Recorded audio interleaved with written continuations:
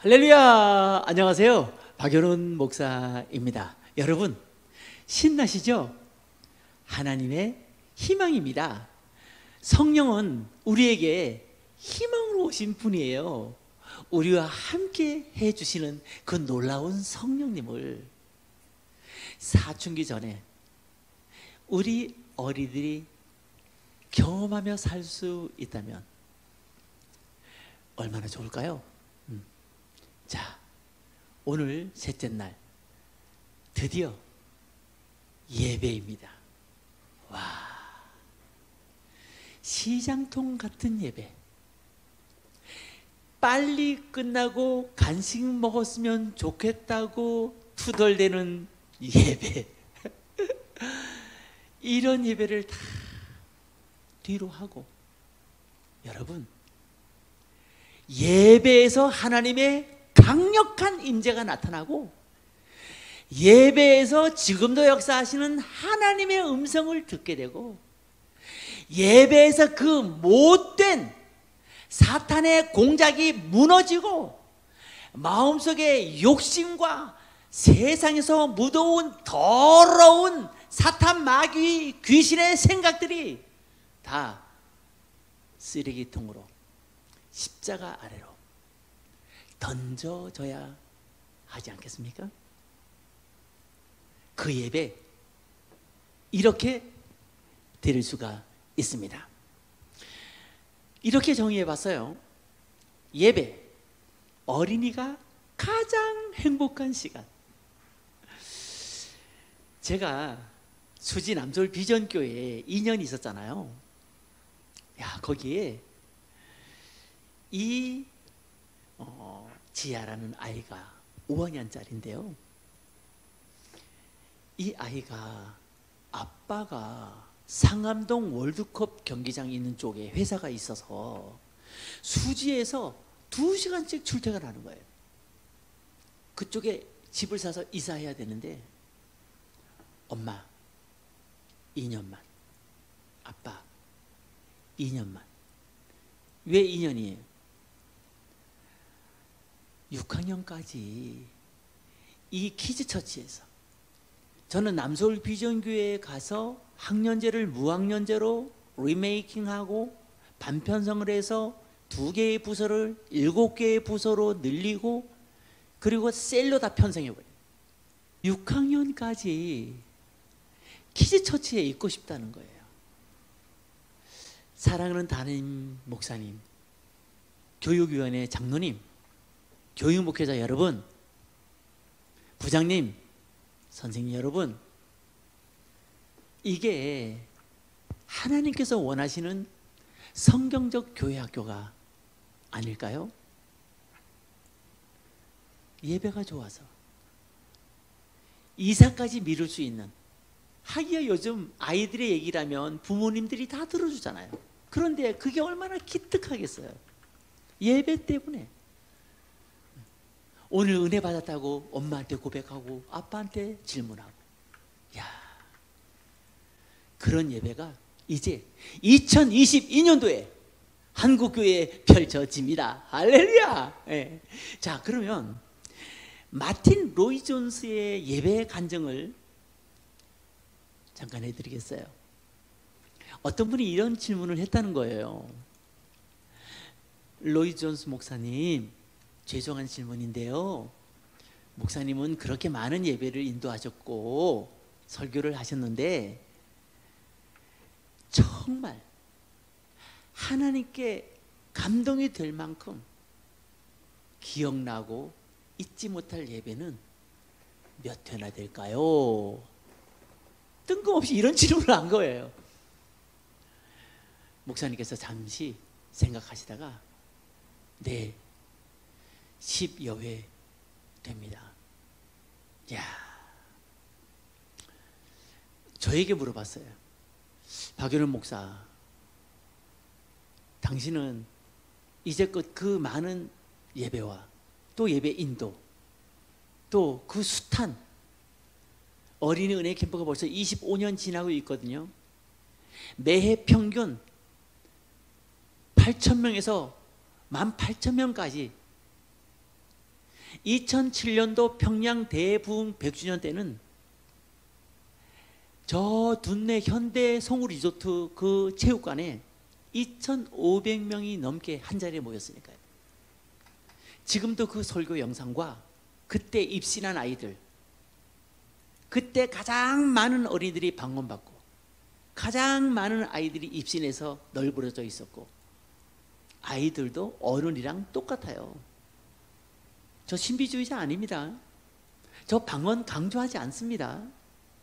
그냥 설교하고 기도하고 하나님 앞에 아이들을 세웠을 뿐이에요. 방언도 그렇잖아요. 하나님이 나타나는 거잖아요. 방언으로. 워낙 뭐 이상한 세세대 보니까 성경을 뭐 묵시문학이 어쩌고 저쩌고 오병이어를 제자들이 빵을 모아왔다느니 뭐 성경의 권위를 이렇게 실추시키는 시대에 살고 있는데 그럴수록 우리는 성경의 권위를 붙잡고 돌아가야 되지 않겠습니까? 저는 3월 18일 날 입대해서 5월 18일 날 훈련을 마치고 전라남도 광주에 자대 배치를 받았어요. 여러분 5.18 제가 5월 18일 날 광주에 떨어진 거예요. 짝대기 하나 달고. 그리고 새벽 4시에 군화도 벗지 못한 채 자다가 일어나 연병장에 모여 광주에서 목포로 빠져나가는, 나주로 빠져나가는, 그때는 폭도라 그랬어요. 폭도들의 퇴로를 차단한다고 해서 우리에게 주어진 임무가, 그래서 산속 기슭에 참호를 파고 2주 있었어요. 저 그때 처음으로 주일날 교회 가서 예배 못 드렸어요. 저 멀리 종소리를 보면서 가을역에 하얗게 보이는 예배당을 멀리 내다보면서 혼자 예배 드렸어요. 그렇게 2주를 참호 속에 지내다가 상무대 군인교회로 돌아와 예배를 드리는데 빛나고 높은 보좌와 그 위에 앉으신 하염없이 쏟아지는 눈물과 함께 이 가슴에 임하는 성령의 강력한 임재, 잊을 수 없는 예배예요. 그리고 캠프에서 아이들과 함께 만났던 그 수많은 예배들, 저는 참 행복한 목사죠. 이런 예배, 우리 어린이들이 하나님 앞에 드릴 수 있게 해야 되지 않겠습니까? 자, 그럼 이제 우리가 드리고 있는 예배 형태를 3가지로 구분해 보겠습니다. 첫째, 열린 예배입니다. 대부분의 교회가 이렇게 예배를 드리고 있더라고요. 제가 7개의 교회를 돌아다녀 보니까요. 자, 열린 예배는 찬양을 막 하나님 앞에 드리다가 어린이가 대표 기도하든 선생님이 대표 기도하든 대표 기도하고, 그 다음에 설교하고 주기도문하고, 제가 있었을 땐 저가 모두 축도했죠. 헌금하고, 그런 다음에 반목회로 흩어지고, 광고는 제가 가는 교회마다 언제나 반목회에서 광고를 했어요. 왜? 예배 중에 광고를 하면 그 시간에 제일 떠드니까. 반목회에서 광고를 하면 집중력도 좋죠. 잘 전달되죠. 확인을 정확하게 할 수 있죠. 이렇게 열린 예배로 드리는 예배의 방법이 있고요. 2번째는 전통 예배입니다. 예배 전 찬양이 있고, 예배의 부름이 있고, 경배 찬양, 28장 복의군원 9장 하나님 아버지 고맙습니다. 날마다 따뜻한 품에 안아주시고 거룩한 이 시간, 이렇게 하나님 옆에 찬양 드리는 이 행복한 찬양이 있고요. 그 다음에 교동문, 성삼위연가, 이 천지간 만물들아, 이렇게 성삼위연가 부르게 하고, 그 다음에 대표기도 하고, 성경봉독, 성가대 찬양, 설교, 찬양하고 헌금, 광고, 그 다음에 주기도문화 아니면 축도하고 분방 공부 그리고 헤어지고 이 전통 예배죠.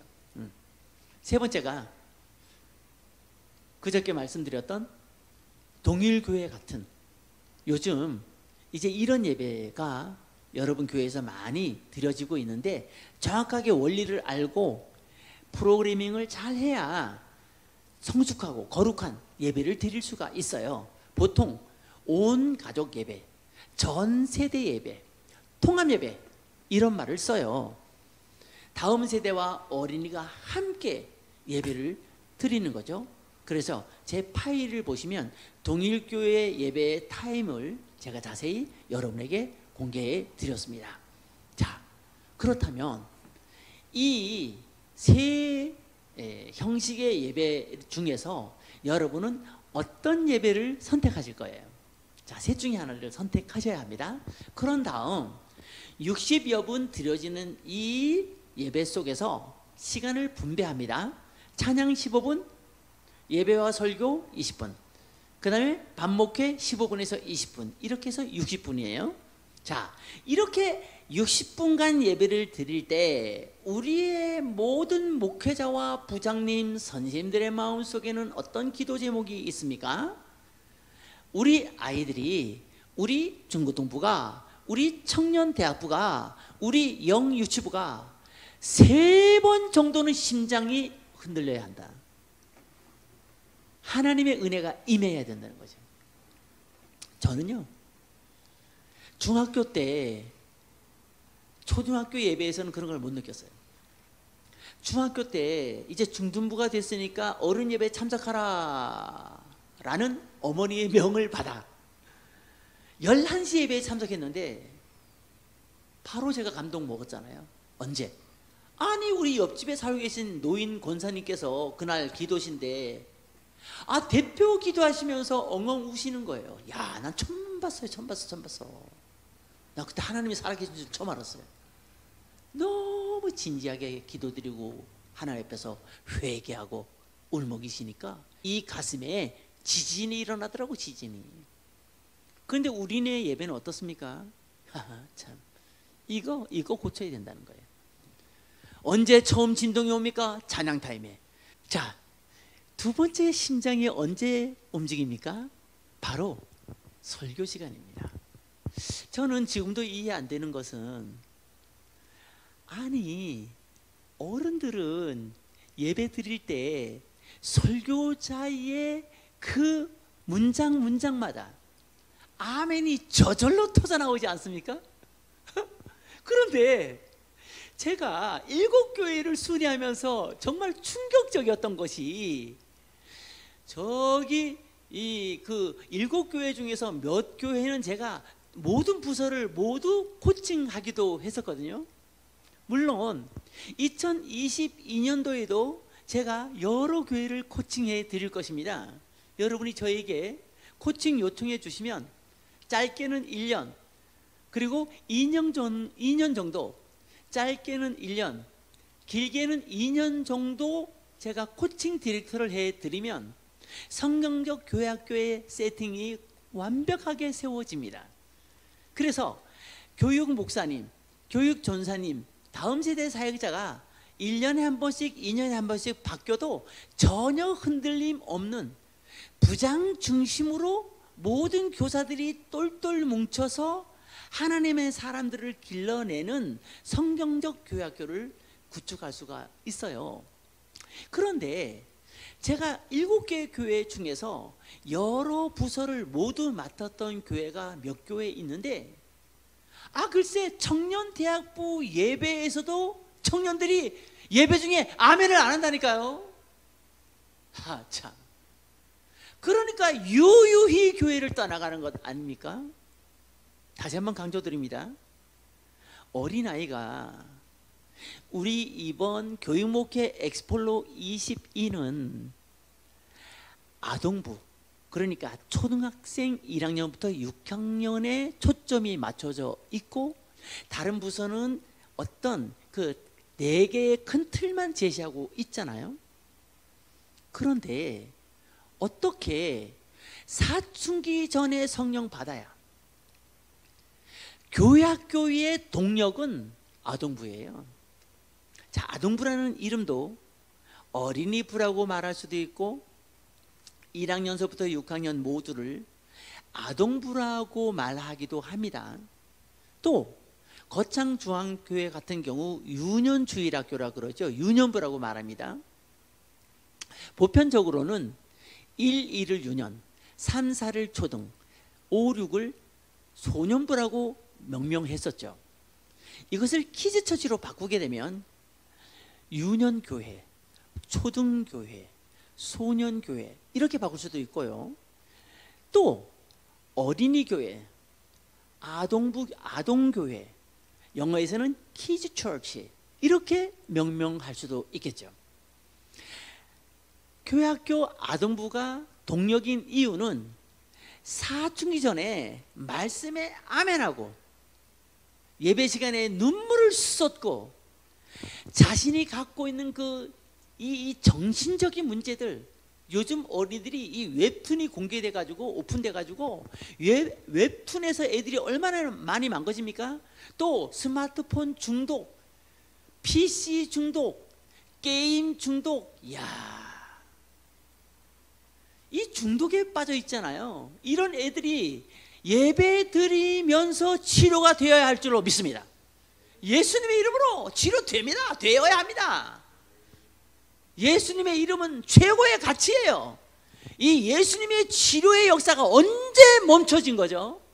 이때부터 사실 교회학교는 망가진 거지. 예수님의 놀라운 이름의 권세 다시 이제 2022년부터 나타납니다. 근데 그 중심에 여러분 설교가 있다 이겁니다. 아이들도 스스럼 없이 아멘하고, 저는 설교할 때 얼마나 행복한지요. 애들이 5m 앉아있다가 설교가 끝날 때쯤이면 제 앞에까지 와 있어요. 애들이 너무너무 재밌으니까 성큼성큼 당겨온 거예요. 그리고 기도하면은 뭐 캠프가 따로 없어요. 예. 이건 부산 영덕교회에서도 그랬고, 당진감리교회에서도 그랬고, 예? 남서울 비전교회에서도 그렇고, 무릎 꿇고 두 손 높이 들고 말씀 붙잡고 주여 세 번 외치고 통성으로 기도합니다.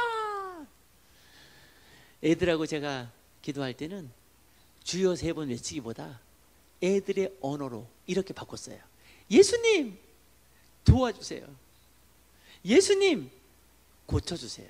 그날 설교 주제에 따라 예수님 만나주세요. 왜? 자기들의 언어니까.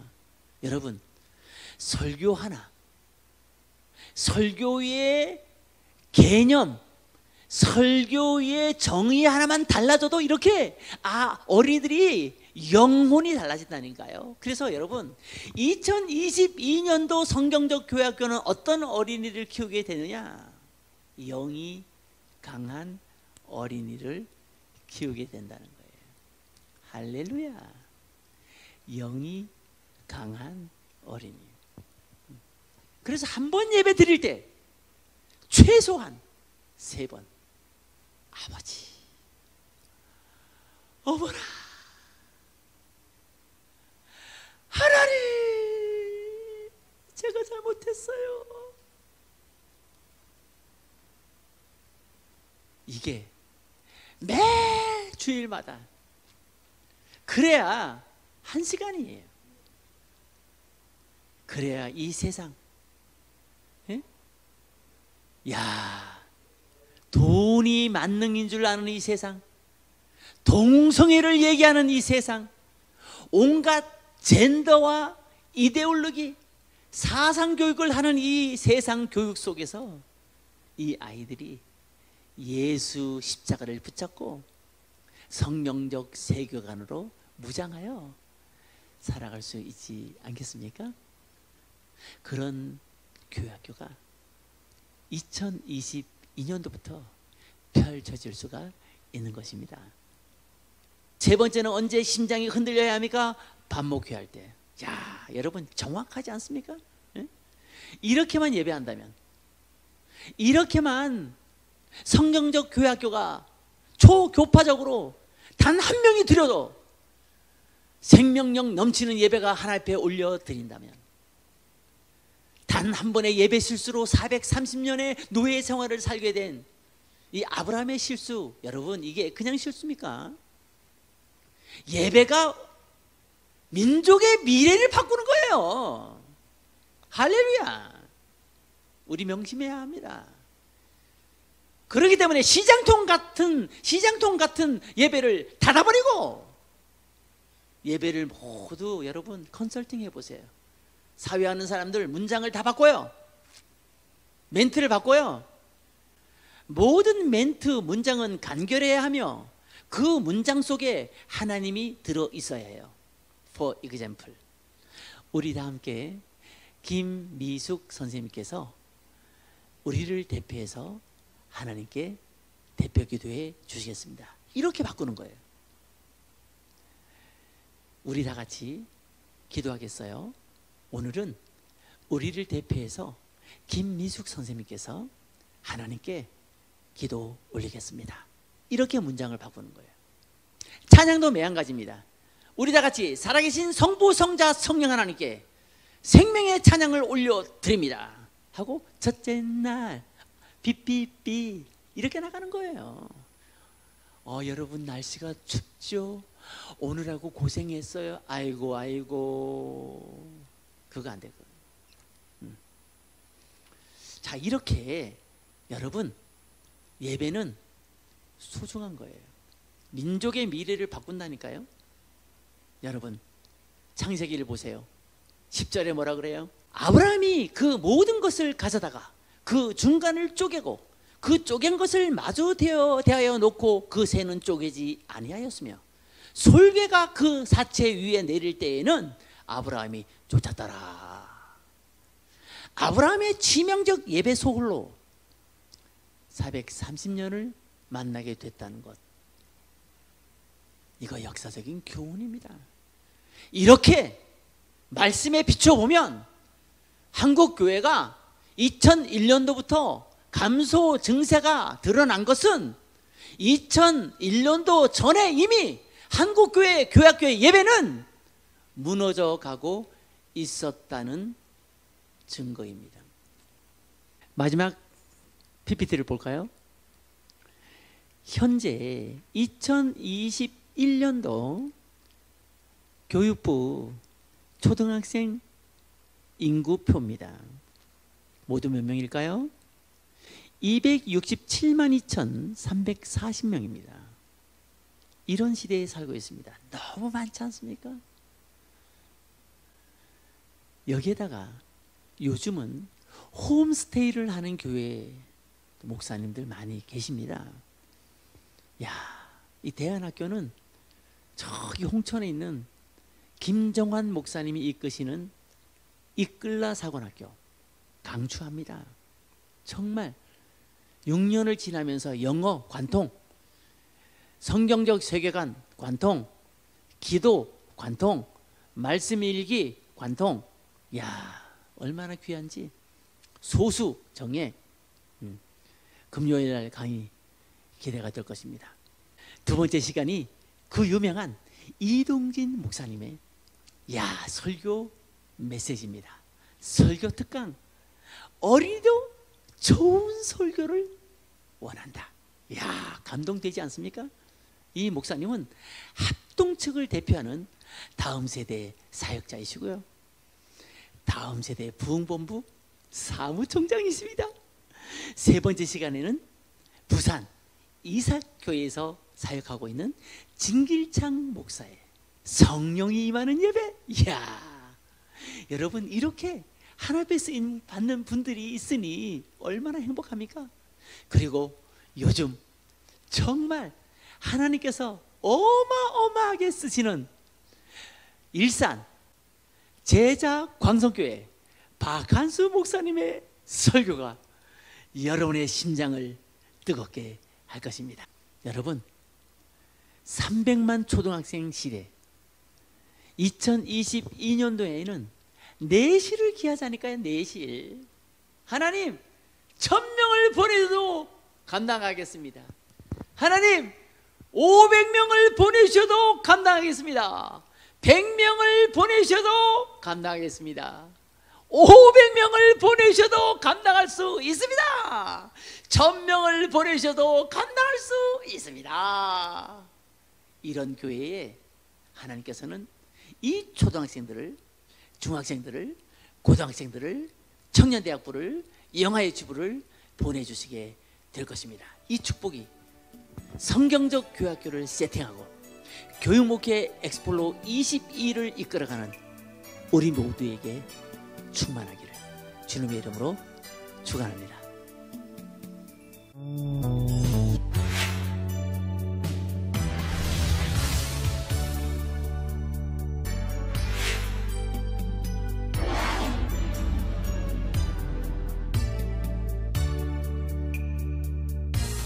목사님, 네, 질문이 있습니다. 네, 어린이 예배에서 교사와 방송팀의 주의사항이 있을까요?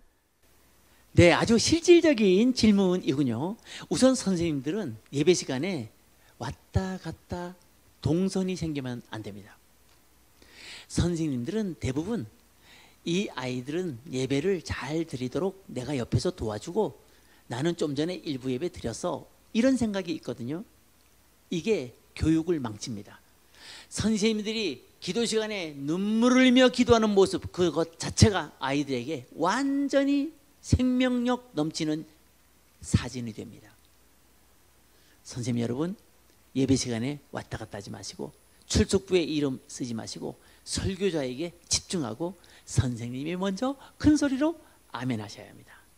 두 번째는 방송팀에 대한 말씀입니다. 아니 PPT가 왜 1초 늦게 넘어가? 카톡 보다가 절대 근절이에요.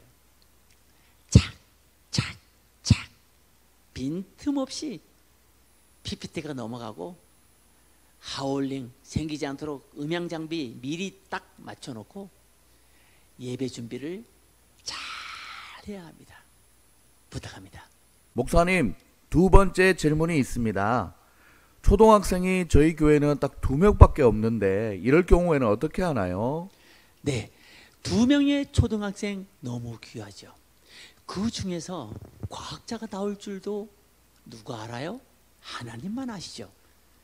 그 아이들을 챙기지 않다가 한 아이가 악한 길로 가게 될지 누가 압니까?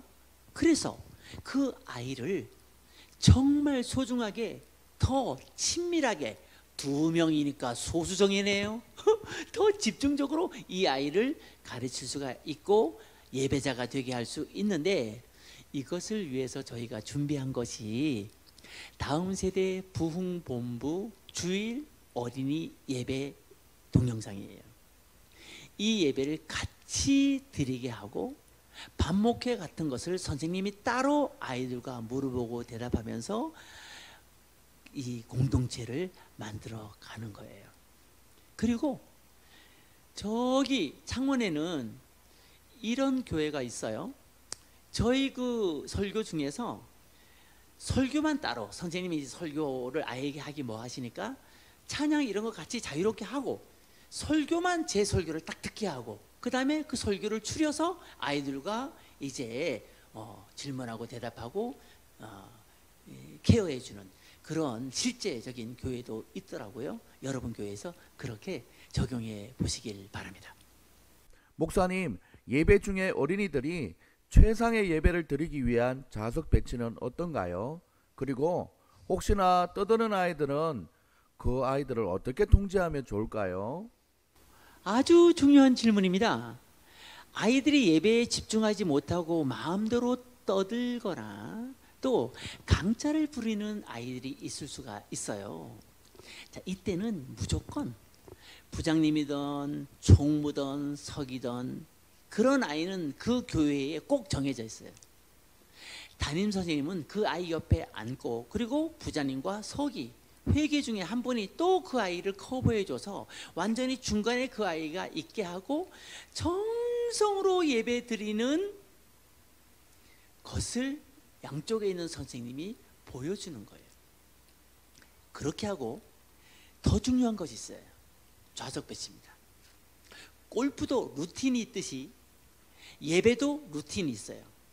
아이들이 5분 늦는 애들은 매번 늦어요. 그대로 두면 안 됩니다. 예배 시간부터 10분 전에 찬양하면 그 시간이 예배 시작 시간으로 공고하는 거예요. 그렇게 알려주고 50분부터 하는 거예요. 오자마자 제가 워낙 많은 교회를 다녀봤으니까 어떤 교회는 쇠말을 봉독하고 들어가는 교회 있죠. 어떤 교회는 신앙 고백하고 들어가는 교회들이 있죠. 여러분 교회에 워낙 우리 대한민국 교회 학교는 제각기 알아서 하는 교회 학교이다 보니까 자율성이 많지만 그러나 이제 성경의 규범을 따라 루틴을 만드는 거예요. 그래서 오자마자 방석을 놓고 앉는 사람은 미리 방석에 깔끔하게 이렇게 세로 가로 줄을 맞춰서 아주 정돈해서 앉혀야 해요. 저는 어린이 붕회를 가면 제일 먼저 하는 것이 자리 배치예요. 줄을 쫙쫙 맞추고 널찍하게 무릎 꿇고 두 손 들어도 전혀 불편하지 않게끔 자리를 앉추고 저를 한눈에 다 볼 수 있게 기둥 뒤에 앉히지 않고 이렇게 해서 자리 배치를 잘 하는 것, 이것이 예배를 간접적으로 집중하게 하는 원리가 됩니다. 적용해 보세요.